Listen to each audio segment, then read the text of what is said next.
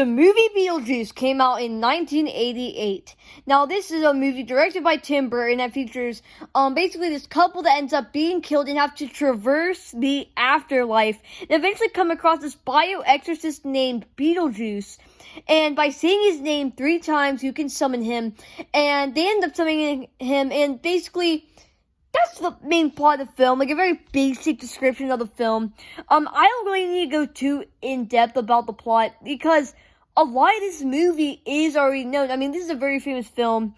Obviously, this is like one of the main movies that set Tim Burton on the map as a director and as a filmmaker. And you can easily see why if you watch this movie. This is where a lot of Tim Burton's really flair and charm in his movies really began, with his style of filmmaking, and a lot of those things are shown here. With the practical effects, the soundtrack, and everything. Also, the soundtrack is just purely brilliant. A lot of scores in Burton films do share a lot of the same themes and do sound very similar in some aspects. But it just feels really special, and I think it captures exactly what this movie is. Just basically like an exciting, zany, like this absolute insanity of practical effects traversing through the afterlife. And, oh yeah, the afterlife in this movie is insane. It's just like, you have all these practical effects and everything, mixed with, they just throw random stuff in there. And it all comes together to form this, like, something that if they try to make it more precise, it wouldn't have worked. But just because they were throwing everything at the wall here when they were making this, it worked out perfectly. And, so these people try moving into their house post, the time they're dead. And BeetleJuice is basically like, hey, you can summon me and I'll, like, get all these people out of your house. And they're like, sure, I mean, what could possibly go wrong? But when they actually summon him, and then they're transported to this little, like, sculpture of the town that Mr. Maitland built, and they get transported to this, and they have to dig up their grave.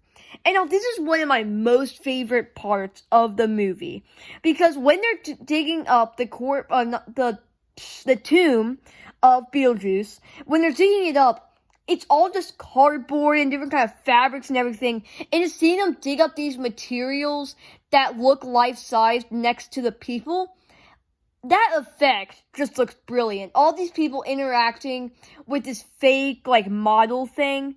All these people interacting with this model, like a life-size model, is just so cool, and digging through cardboard. I still think that effect is just really cool, and I think that's probably one of the best parts of the film. And then, but once BeetleJuice is actually summoned, now that is insane. Yes, he does not have a lot of screen time, but when he is on screen, he makes up with that with one of the best, most energetic performances, basically ever.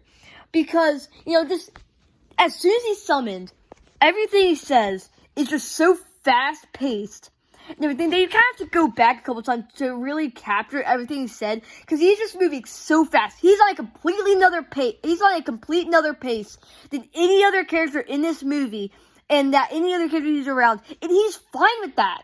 He's just moving at his own pace, just quip after quip after quip, and it's awesome. And that's one of the things that make Michael Keaton's character work in this movie, is that this character is truly Michael Keaton's own. He had a lot of stuff to do with a lot of the lines and stuff that was in this movie, and you can tell that Michael Keaton was really getting into this role when he was playing the character, and that's probably one of the best strengths of the film.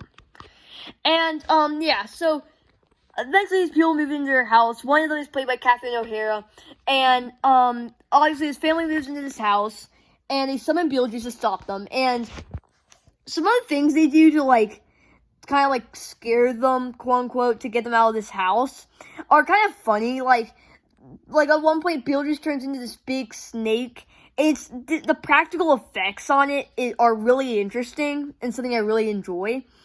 And so overall, a very interesting movie for so many reasons. And just all the characters work perfectly. I think everything in this movie worked really well. And I didn't really enjoy this type of movie that is just absolutely 24/7 insanity. The kind of movie where they just let Tim Burton and the actors just absolutely go crazy with it. And that is something I really appreciate with this film. And also, it's just great. I mean, go watch BeetleJuice. Yeah.